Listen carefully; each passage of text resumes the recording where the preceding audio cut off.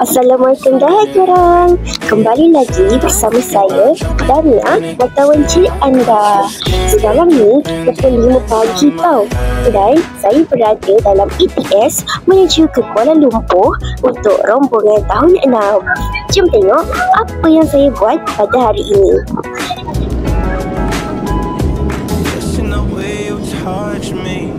Kami dah sampai di KL Central.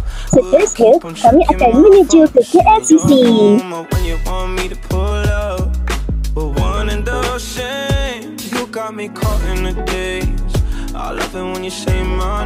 Selepas sampai di KLCC, saya dan kawan-kawan bergerak ke destinasi kedua kami, iaitu Aquaria.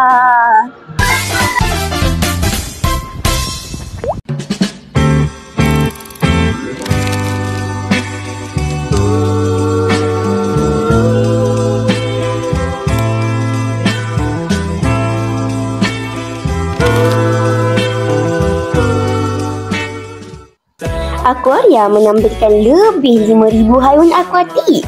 Rasai pengalaman menakjubkan berjalan dalam terowong bawah air sambil melihat jerung, penyu dan ikan pari.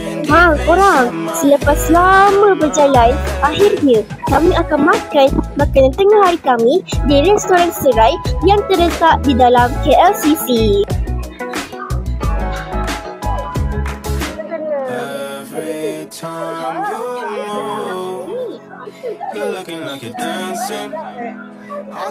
Perut dah kenyang.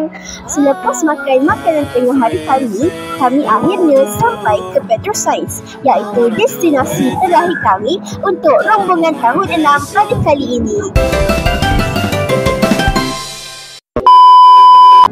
Petroscience ialah pusat sains interaktif yang terletak di Menara Berkembar Petronas Kuala Lumpur. Di sini, pengunjung dapat meneroka dunia sains, teknologi dan tenaga dengan cara yang menyeronokkan dan mudah difahami. Setiap pameran direka untuk membagi pengalaman pembelajaran yang interaktif, daripada penerokaan angkasa lepas hingga kepada penemuan dalam bidang tenaga dan petroleum. Selain pameran, Petroscience juga menawarkan aktiviti menarik seperti eksperimen sains, simulasi dan permainan pendidikan yang sesuai untuk semua peringkat umur. Ia bukan sekadar tempat belajar, tetapi juga tempat untuk menginspirasikan minat terhadap sains dan inovasi.